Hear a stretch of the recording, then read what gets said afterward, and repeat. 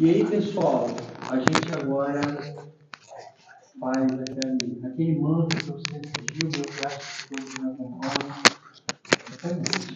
Pai nosso que está no céu, santificado seja o vosso nome. Venha a nós o vosso reino. Seja feita a vossa vontade, assim na terra como nos céus. O pão nosso de cada dia dai-nos. Perdoai as nossas ofensas, assim como nós perdoamos a quem nos tem ofendido. E não nos deixeis cair em tentação, mas livrai-nos de todos os males. Que assim seja. Amém. Só para instante as melhores orações. Obrigado.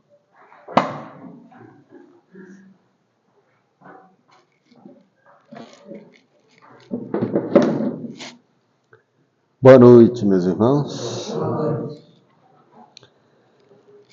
Trazemos um abraço da equipe do Centro Espírita Manuel Francisco da Luz, a casa que frequentamos em Capoeiras, logo ali. Desejando que Jesus nos inspire, que coloque no coração de cada um aquilo que porventura a gente não consiga colocar. E para a noite de hoje, uma conversa simples a respeito da nossa confiança em Deus. Será que a gente confia em Deus? Até que ponto a gente quer se comportar como Deus, interferindo, onde não é da nossa gerência, onde não é do nosso alcance, ou forçar a natureza das coisas? Até que ponto a gente confia em Deus quando está tudo bem? É fácil falar de Deus. Mas na hora das dificuldades, quando alguém violenta alguém dos teus, quando alguém entra na tua casa e violenta alguém, quando você não é traído, quando a pessoa que você ama e dedicou a vida pede admiração por você, a loucura vem, a raiva, o ódio, a ingratidão, sentimentos naturais que surgem quando a gente é contrariado, ou quando algo sai do nosso controle. Muitas pessoas nos procuram nas casas espíritas, nos atendimentos fraternos e as conversas acolhedoras. As pessoas expõem os seus problemas, expõem as suas dificuldades. E aí a primeira pergunta depois disso: tu acredita em Deus? Sim. Por que você acha que isso está acontecendo? Diante do problema que a pessoa referiu. Tanta gente para Deus cuidar, né? Opa, isso altera a resposta da primeira pergunta. Tu acredita em Deus? Tu falou que sim. Como é que é essa crença? Acho que Deus esqueceu de mim. Os mais sinceros dizem: já não sei mais se acredita ou não. É reflexivo isso. Um convite à reflexão, porque como lidar diante das dificuldades do mundo, dessas adversidades todas, principalmente nesse mundo de opressão, em que muitas vezes justiceiros se afloram, querendo tomar por conta própria a justiça e eliminar aqueles que são contrários à sua forma de pensar. Porque antigamente era assim, duas pessoas conversando. Eu gosto de maçã. O outro, eu gosto de pera. Tudo certo. Hoje, eu gosto de maçã. Eu não, eu gosto de pera. Por acaso tu é maçãfóbico? Umas polarizações assim, extremas. Que se Jesus viesse hoje, será o que fariam com ele de novo? Porque não mudou muita coisa do cenário. As polarizações já aconteciam na época. Discussões de quem era o meu próximo, não era o meu próximo. Uns achavam que os próximos eram só os judeus puros, os que tinham direito a ir ao reino dos céus, só se acreditavam no mundo após a morte. Outros diziam, não, meu próximo é a humanidade inteira. Essa era a corrente do profeta Hillel, que foi mestre de Gamaliel, que por sua vez foi mestre de Saulo de Tarso, que acreditava-se que a humanidade toda era o seu próximo.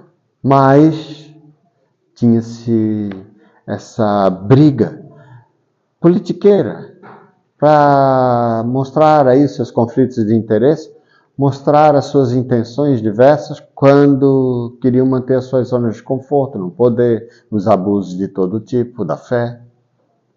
Não mudou muita coisa. A gente vê os showmícios da fé, os abusos de todo tipo. E será que Deus não está vendo isso? Que pergunta a gente pode fazer diante disso tudo? Por que Deus deixou ou deixa eu passar por esse ou aquele sofrimento que todo mundo aqui tem já teve ou vai ter? Cadê Deus nessas horas? Para a gente ter as respostas. O que os Espíritos nos falam a respeito de Deus? Aí eu vou lá no Livro dos Espíritos. Primeira pergunta, que já chama a atenção pela diplomacia que Kardec se direciona aos espíritos. Por que uma pergunta tão simples? Bom, vou fazer uma perguntinha para os irmãos. Qual é o ácido que o estômago produz? Clorídrico. Ótimo. Eu já estou induzindo. O estômago produz ácido. A resposta é ácido clorídrico. Se não fosse ácido, alguém conhecedor ia dizer, não, o estômago não produz ácido. Opa, já escapou da indução. Mas é fato, o estômago produz ácido clorídrico. O mesmo esse que limpa a piscina. O mesmo que limpa a parede para tirar mofo. É aqui, dentro do estômago. Eu estou induzindo a pergunta. Todos os cientistas da época, as filosofias, as religiões, as correntes diversas, os cismas que teve, as repartições, cada um tentando ver do seu jeito, buscavam alguma informação ou interpretação a respeito de Deus do seu jeito. Kardec, quando se depara com uma fonte nova de conhecimento, ou seja, vinda do mundo espiritual, ele já se posiciona de uma forma a dar liberdade para os espíritos responderem o que quisessem a respeito desse tema, Deus. Então, da mesma forma que eu fiz a pergunta, qual é o ácido que o estômago produz, eu poderia dizer assim, quem é Deus? Eu estou induzindo, Deus é alguém? Ou eu poderia dizer, o objeto, quem é Deus? É alguma coisa. Kardec, ele dá a liberdade para os espíritos responderem o que quisessem. Que é Deus? E os espíritos tiveram a liberdade de responder do jeito que quisessem, conforme Kardec deu essa liberdade. Ele não induziu a nada. Ele só deixou com humildade, eu quero entender da parte de vocês, o que vocês entendem a respeito de Deus. Resumida, que é Deus. E a resposta veio, à altura. Que a gente vai ficar aqui um ano inteiro falando sobre essa resposta e o assunto não se esgota, porque falar de Deus, falar da vida, falar de tudo, está intrínseco a tudo. Mas os espíritos respondem, suprema inteligência do universo. Daí já dá para entender, supremo, não existe dois. Do universo. Isso porque a época, o universinho que se via era limitado. Fora hoje, que os espíritos já diziam que há muito mais planetas e estrelas habitados por espíritos no universo do que grãos de areia em vossas praias. Vai ali na Barra do Ariri, pega um punhadinho de areia e conta. Isso não dá a dimensão de planetas que existem no nosso universo. Então a visão da época já era limitada. Mas os espíritos já deram essa margem para a gente então explorar esse assunto. Suprema inteligência do universo. Peraí, inteligência não é Deus, não é alguém, não é um ser humano, nem espírito. É a suprema inteligência. Kardec, então, provavelmente deve ter perdido o cabelo. Porque já na mesma pergunta, na mesma resposta, deu causa primária de todas as coisas. Não existiu um outro antes dele. Foi o primeiro. Causa. Para todo efeito existe uma causa. Para toda ação existe uma reação. Já era esse entendimento da física. O nada não existe. Diz que a pessoa, quando se diz materialista, eu sou materialista, ateu convicto, ela tem que ter fé para ter isso. Porque a ciência já bota por terra que a matéria por si só é um imenso vazio. De um átomo até o outro, há uma camada de elétrons que não se permite encostar um átomo no outro. A gente tem a falsa ideia, a sensação de tocar, de sentir. A gente sente as energias densas que interpretamos no nosso sistema nervoso. A gente está numa falsa ideia de espaço e tempo. Quando os irmãos ouviram o que eu falei, isso já é passado, porque já eu pensei, saiu da minha boca, foi até vocês. E a gente tem uma falsa ideia de presente, de espaço, tempo. A gente vive num mundo, de certa forma, de ilusão. A gente está imerso na matéria com um devido objetivo. A gente já vai falar sobre isso, para entender o porquê que Deus deixa passar por tudo isso. Mas vamos lá. Então, suprema inteligência. Lá na frente, mais adiante, ele faz a pergunta: que é espírito? Princípio inteligente do universo. Suprema inteligência e inteligência. Ele sai do campo da matéria, ele desmaterializa Deus e desmaterializa os homens. Nós, seres humanos, não somos matéria. Somos espíritos, princípio inteligente, seres que povoam o universo.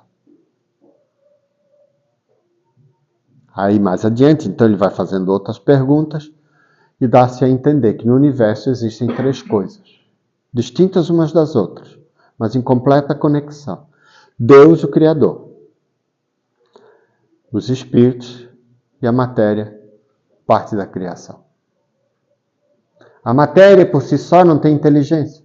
Ela não tem a capacidade de se reagimentar, criar as suas transformações diversas, se não houver uma influência inteligente agindo sobre isso. E lá no Livro dos Espíritos, questão 888, quando ele fala sobre a esmola, ele dá uma resposta, aí Kardec faz uma contrapergunta, então tu reprova a esmola? Não a esmola em si, mas a forma pela qual ela é feita. E aí ele vai adiante falando sobre a lei de atração, definindo Deus. Que a lei de atração, o amor é a lei de atração pela qual Deus rege o universo inteiro.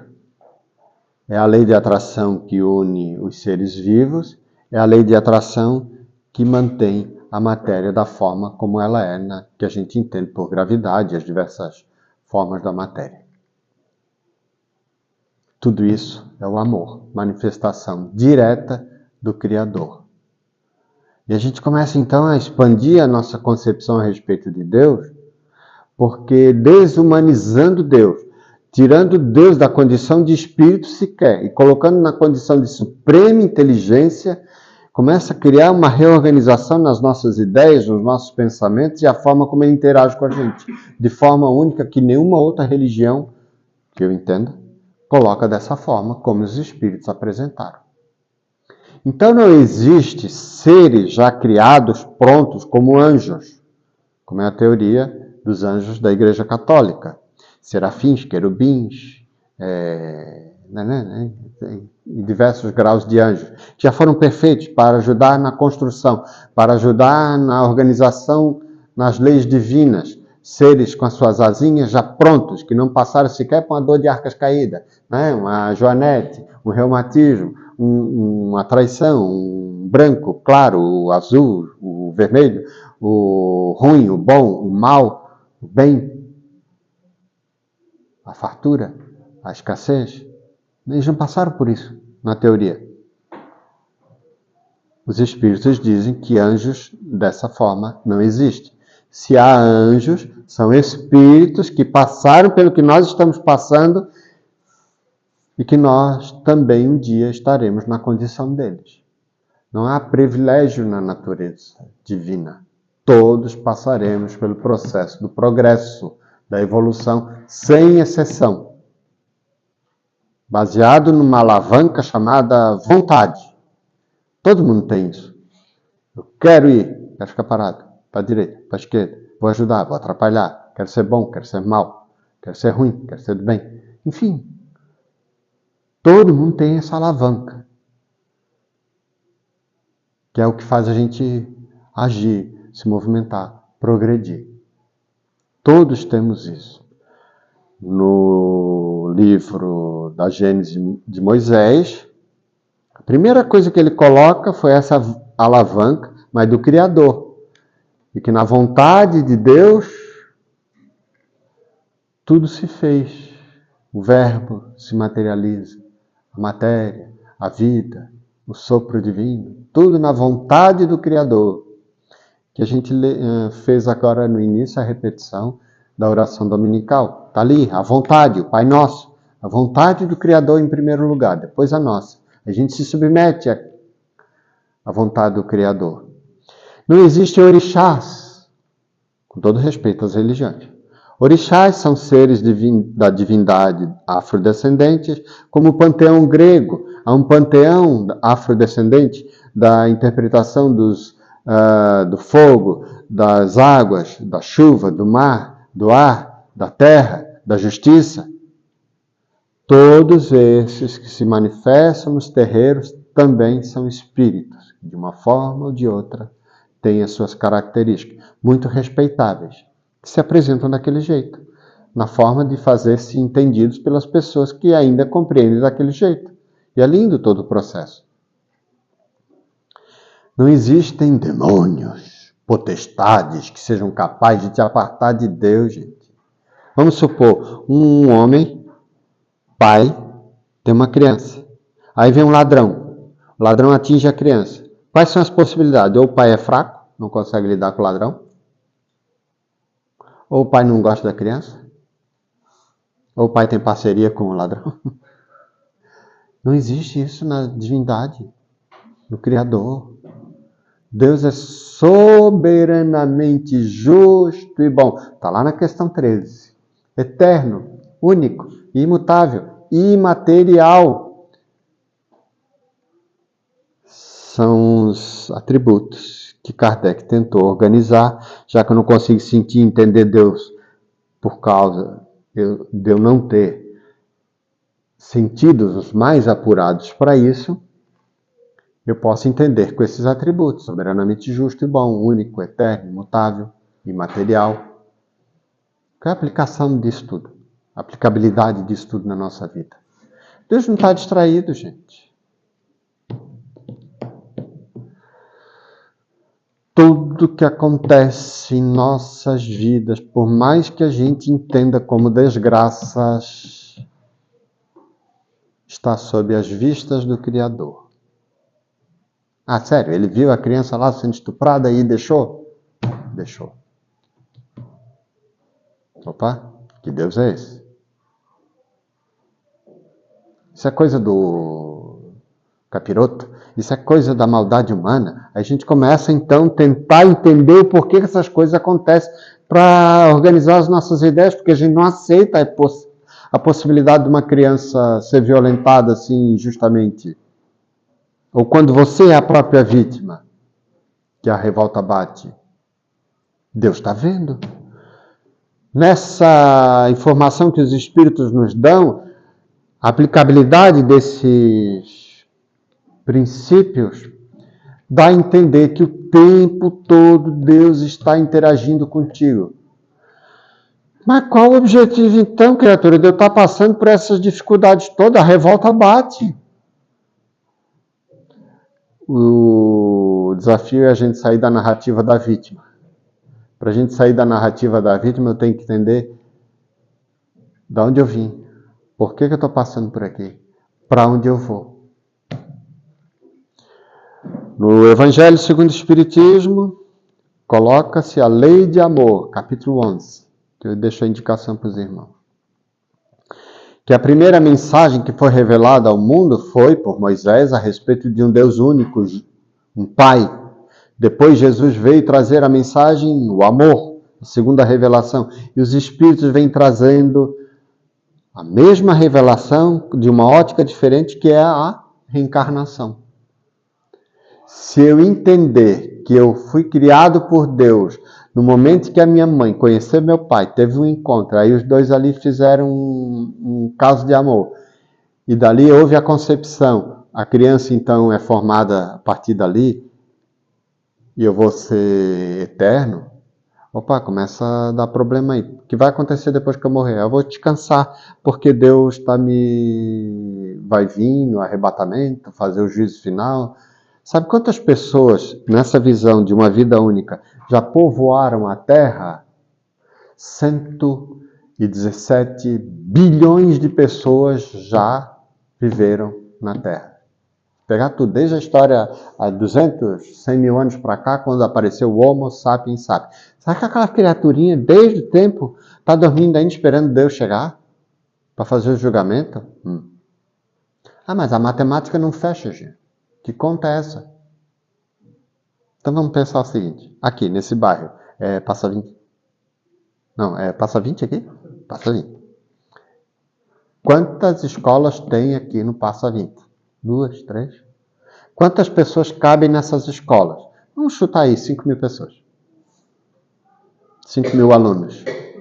Mas quantas pessoas estão no bairro ao redor? Vamos dizer aí umas 20 mil pessoas. Não cabe todo mundo ao tempo na escola, mas todos já passaram pela escola, cada um no seu tempo. A Terra é uma escola. Quer dizer, é um bairro. Ao entorno de si tem 30 bilhões de espíritos. Essa é a população da Terra. 8 estão matriculadas. Não cabe os 30 bilhões ao mesmo tempo. Mas 8 estão matriculadas. 8 bilhões e meio, mais ou menos, estão reencarnados na Terra. Essa é a população, segundo a ONU, hoje. 8 bilhões de pessoas. E a tendência é a Terra oscilar. 8 bilhões, 9, 10, 9, 8, 7. E assim vai. E ela vai tendo essas oscilações, porque a natureza está reagindo. E a gente vai passando por todos esses processos. Por que a gente está reencarnado aqui? Se a gente for olhar nessa conta, ela fecha assim. Todos passam várias e várias vezes. Então, de Jesus para cá, 2000 anos, se a expectativa de vida era ter 40, 50 anos no máximo, tu já teve de Jesus para cá umas 20 reencarnações, no mínimo. Quantas galinhas tu matou para sobreviver já nessa época? Quantas sacas de batata? Né? Quantos filhos tu já teve? Quantos pais tu já teve? Quantas mães? Que nesse processo a gente vai criando vínculos, afetos, desafetos, nas reencarnações. Uma existência só não dá tempo para a pessoa conseguir chegar como um médico ao ponto de fazer uma cirurgia. Ele não passou isso tudo num ano só para aprender. Desde a infância, jardim, ensino fundamental, ensino médio, ensino superior, residência, doutorado, sabe Deus o quê, para conseguir poder fazer uma cirurgia. Não é um ano só. Nós vamos ser espíritos que não estaremos mais sujeitos a erro. Sim, vamos. Mas até lá a gente vai passar por diversos processos. E são esses processos que vão fazer a gente educar a nossa vontade, que ainda é torpe. Por que eu digo é torpe? As tentações, os vícios ainda prendem a gente. Chico Xavier falava que a tentação é igual um cachorro louco correndo atrás de ti. Tu foge, mas tu tá doido para que ele dá uma mordidinha, né? O vício atenta. O vício, muitas vezes, quando quem está vendo, a gente se deixa levar por certas tentações, porque a nossa índole ainda está muito mais próxima da animalidade do que da perfectibilidade em si. Nós ainda somos carreados de instintos, nós somos bichos ainda, animais. Sensações. A diferença é que nós já temos alguns padrões bem diferentes, sentimentos que os animais ainda não têm. Às vezes a gente confia. Mas nós já estamos em outras condições. A gente já entende as consequências dos nossos atos. Se você brigar um dia depois porque um cachorro derrubou um vaso,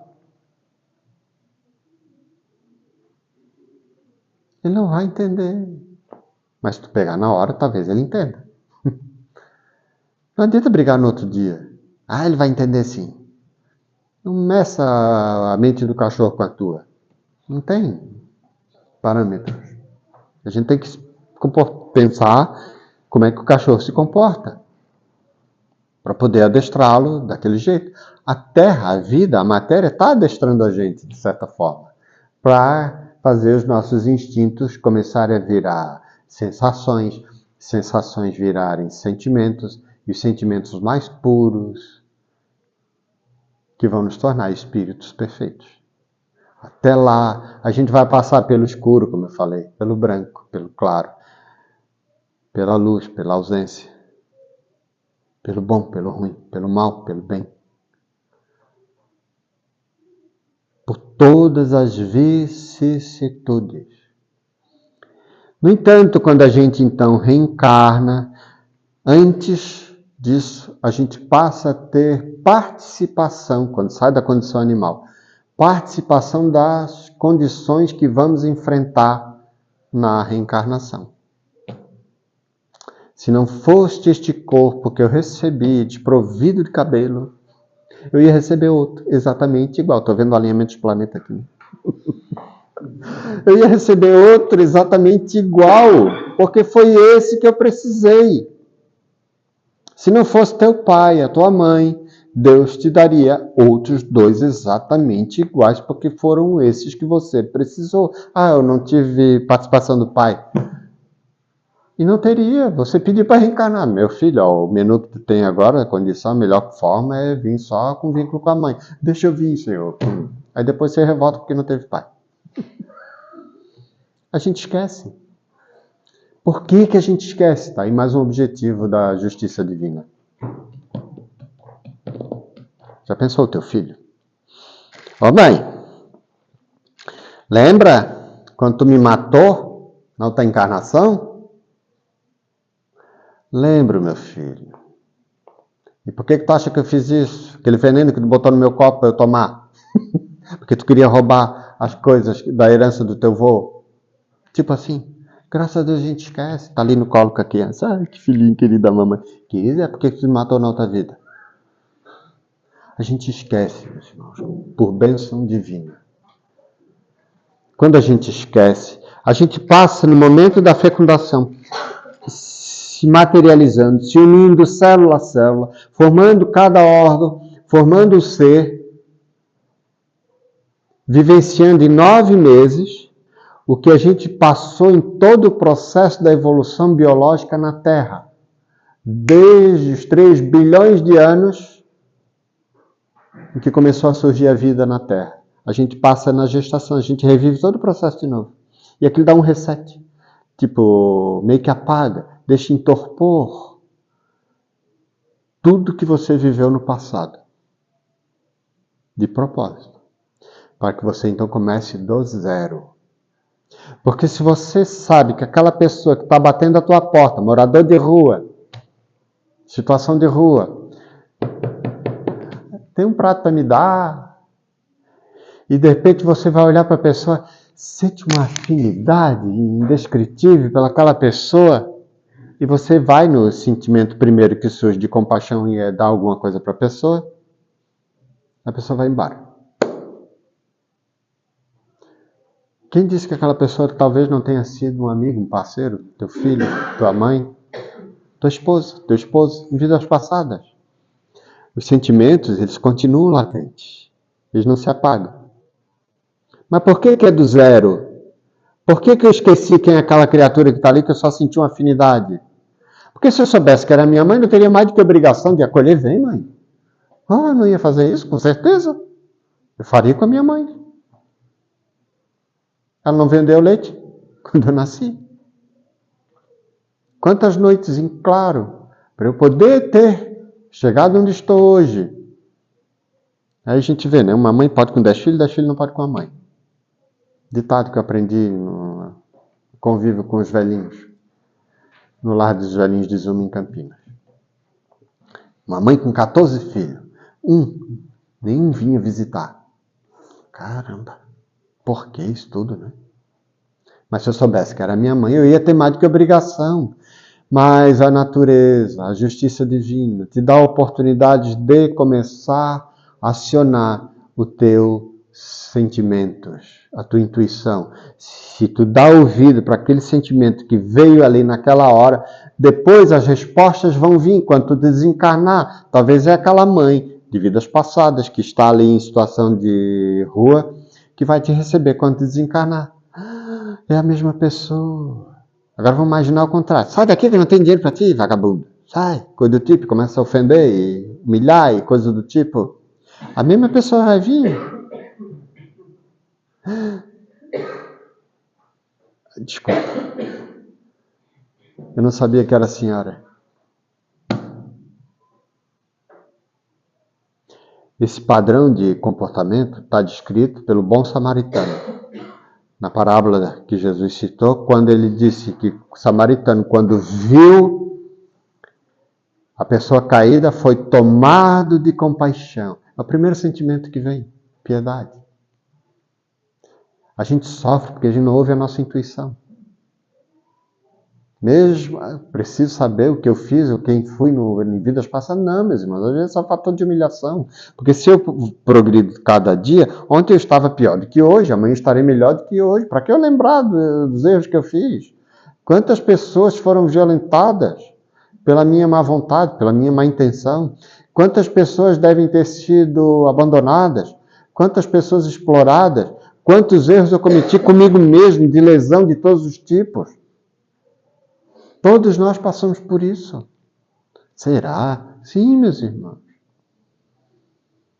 E digo mais, o conhecimento que nós temos hoje não é prerrogativa para que numa próxima reencarnação, eu nascendo numa comunidade onde o pai é traficante, a mãe prostituta, como é que eu vou me defender? Será que o conhecimento que eu tenho hoje vai me dar suporte suficiente para eu ser de boa conduta? No meio interfere, com certeza. A epigenética fala isso na ciência. O meio interfere nos nossos comportamentos. Na fisiologia, muda tudo. Quanto mais o espírito vai evoluindo, ele inverte o fluxo. Quanto mais a gente vai tendo comportamentos ruins, aquilo vai criando exaustão e repugnância. Eu não quero mais aquilo para mim. A gente faz escolhas. E essas escolhas vão determinar as provações que nós vamos passar em vida. Então não é a Deus que a gente deve culpar pelos sofrimentos ou dificuldades, mesmo na condição de uma criança. A criança que está ali é um espírito. Pediu passar por aquilo. Os abusos que talvez tivemos em infância, a gente precisou passar por aquilo. Lei de atração, a gente ainda atrai isso. Até que, com o tempo, a gente vai começar, pela exaustão, repugnância, as coisas ruins, começar a atrair coisas novas. Só que nas leis de causa e efeito, a diferença da visão reencarnacionista oriental, que diz do karma, o karma tem que passar por aquilo, tem que pagar, tem que... Não, a proposta de Jesus é pelo amor. O amor cobre a multidão de erros. Misericórdia quero, não sacrifício. Palavras do Cristo. Eu não preciso passar pelas dificuldades, pelas dores, para fazer a minha vontade ser acionada. Como assim? Eu só vou me cuidar depois que falta alguma coisa? Só vou dar valor para a saúde depois que eu fico doente? Que eu sempre falo aqui. Só vou dar valor para tristeza depois que eu passar do lado de uma pessoa, da alegria, depois que eu passar para o lado de uma pessoa triste, depressiva o dia inteiro? Só vou dar valor para a fidelidade depois que eu for traído? Não. A proposta do Cristo é outra. Ele deu essas formas de agir de diversas maneiras de interpretar. Como eu falei da outra vez, quando Jesus disse, se alguém te bater a face, oferece a outra. Não é ao pé da letra. Eu não sei o que faria se alguém me batesse, né? Os instintos que vêm à tona. Não estou tão evoluído assim. É o antídoto. Isso é pedagogia divina. Qual o antídoto da escuridão? É a luz. Qual é o antídoto do ódio? É o amor. Qual o antídoto da preguiça? É o trabalho. Da escassez? É a fartura. Prosperidade. Da ofensa? É o perdão. E a gente já sabe isso. Só que a gente ainda não acredita. É mais fácil adotar a narrativa da vítima quando eu sou afetado de alguma forma ou de outra. Por isso que estamos aqui ainda reencarnados na Terra. Me perdoem se há alguém aqui desprovido de erros, já evoluído. Não aplique-se a você. Estou falando para mim. Serve para nós, meus irmãos. Na fala aqui eu estou reforçando meus ideais. De tanto repetir, isso vai virando verdade para a gente. Por isso que a gente tem que cuidar com as notícias, porque as mentiras também vão virando verdade e a gente se contamina. E age como se aquilo fosse certo. O errado vira certo, o certo vira errado. Opa! Os valores. Como entender tudo isso? Jesus deu outro óculos, outro ponto de vista. Coloca-te no lugar do próximo. Tu gostaria, se isso que tu estás pensando em fazer fosse feito para ti? Qual é a reação? Isso vai ser filtro para a gente não cometer erros diversos na vida. A gente vai entender com o tempo que para fazer o bem eu tenho que mexer, tenho que arregaçar as mangas, tenho que lavrar a terra para poder fazer alguma coisa, colher. Para eu fazer o mal, basta ficar parado, deixar as coisas acontecer. Não cuida do filho para ver se os amigos aí fora que estão comprometidos com vícios de todos os tipos vão aproveitar a oportunidade para induzi-lo. Ter mais um instrumento para disseminar seus vícios. Para fazer o bem a gente tem que se mexer. E a pergunta disso tudo, qual é o bem que a gente está fazendo por nós? Será que a gente está fazendo bem por nós? Será que a gente se ama?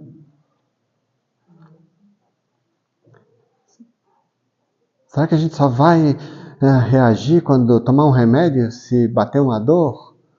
Mas por que veio aquela dor? O que provocou aquilo? A gente quer o milagre, mas não se livra do pecado. Na Umbanda quer o axé, mas não muda a intenção. Doutor, me dá um negócio aí que não tem tempo para isso. Tá bom, o aprendizado vai ser na dor, né? Por isso que as pancadas da vida, a terra, ainda não é um mundo de felicidade. Tu corre atrás da felicidade e a felicidade foge de ti o tempo todo. Tu corre atrás dela e ela foge de ti. Tu consegue uma meta, daqui a pouco aparece outra coisa. A terra é assim. Tá insatisfeito com isso?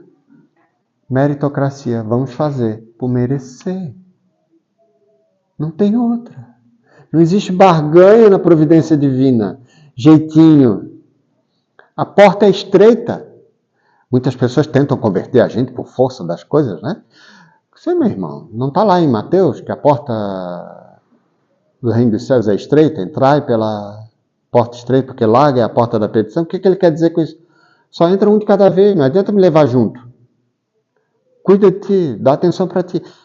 Eu tenho que focar em mim, que é a única coisa que eu posso mudar na minha vida é o meu foco, meus pensamentos, as minhas tendências. Eu não controlo ninguém, meus irmãos. Nós não podemos bancar, querer sermos deuses nesse sentido. Foque em ti. É a única gerência que você tem na tua vida é sobre teu foco, teu pensamento. Você não controla o batimento cardíaco, a respiração, você não controla o outro, não controla ninguém. Controla o teu foco. E o que nós estamos pensando agora? E é aí que a gente tem que começar a entender que Deus vai agir o tempo todo conosco, dando-nos as bênçãos que a gente precisa e a gente não se dá conta. Quando desencarna, muitas vezes a gente se dá conta que Jesus, eu estava dentro da piscina, morri de sede, só porque não abri a boca para tomar água. Que a gente se revolta com tudo. A narrativa da vítima o tempo todo. Quanto mais a gente começar, então, a se espiritualizar, não dá para fazer download, né? Um osmose aqui, interagir. Não, é um processo igual a músculo. Para criar hipertrofia, você tem que repetir, botar carga, repetir, melhorar o teu coração, tem que repetir. O cérebro é a mesma coisa. A alma é a mesma coisa. Quanto mais a gente ter os nossos momentos da oração, da vigilância, o evangelho no lar, a prática no bem e repetir, assistir às palestras, participar de instituições que juntos a gente consiga se fortalecer mais rápido a gente vai então se livrar dessas tendências, essas, outras, aquelas que nós temos que ainda nos mantêm desconexo com o Criador. Não dele conosco, isso não existe. Mas a gente com ele. A conexão com Deus é o melhor antivírus nesse computador para todos os males da nossa vida. Jesus mostrou o caminho. O Espiritismo só vem reforçar para a gente entender o propósito disso tudo. Que a gente se una, meus irmãos, nesse sentido. Se espiritualize para que você, então, em se tornando lâmpada viva, vai reverberar o ambiente ao teu redor, onde você estiver, as pessoas vão ler o Evangelho, o Livro dos Espíritos, através dos teus exemplos, dos teus atos. Comecemos por nós. Reforma íntima, mudança, reflexão, conexão, se entregar a Deus, submeter-se à vontade do Criador. Que seja feita a tua vontade na terra como nos céus. Porque eu sei que a minha vontade ainda é torpe. Agora, se tu me conduzir, me dê lucidez para eu distinguir o erro da verdade e forças para perseverar no caminho do bem, do amor, da justiça, da fé, da caridade, da simplicidade. E repelir sem condescendência todo e qualquer pensamento, meu ou dos outros, que me induzam no erro, na vaidade, na discórdia, no ciúme, no medo, na culpa, na desistência, no desencanto, na depressão, no desânimo, na raiva, no ódio, no orgulho, no egoísmo, coisas que valem. É aí, meus irmãos. O Espiritismo nos dá os caminhos, mas quem vai ter que percorrer esses trilhos somos nós. Eles mostram a direção, mas nós que temos que dar o passo. Se não fizeres isso por amor, a dor vai vir de forma espontânea, porque a gente entrou na Terra submetido a essa regra. A gente aceitou, a gente assinou o contrato lá. A gente falou assim seja antes de reencarnar e a gente não se lembra. Eu ficaria horas e horas, mas a disciplina nos pede para encerrarmos. E o desejo que a gente possa levar essas vibrações àqueles que convivem conosco, no mundo lá fora, porque é lá que o mundo espera de nós a doutrina espírita vivenciada. Muita paz a todos, obrigado pelo carinho, acolhimento de vocês, bom rever os amigos, e que Jesus nos conforte a todos. Muita paz, meus irmãos. Eu vou deixar isso aqui antes que eu leve de volta. Vamos agradecer então ao Jean por esse banquete, que saiamos daqui instigados à melhoria, à comunhão com Cristo,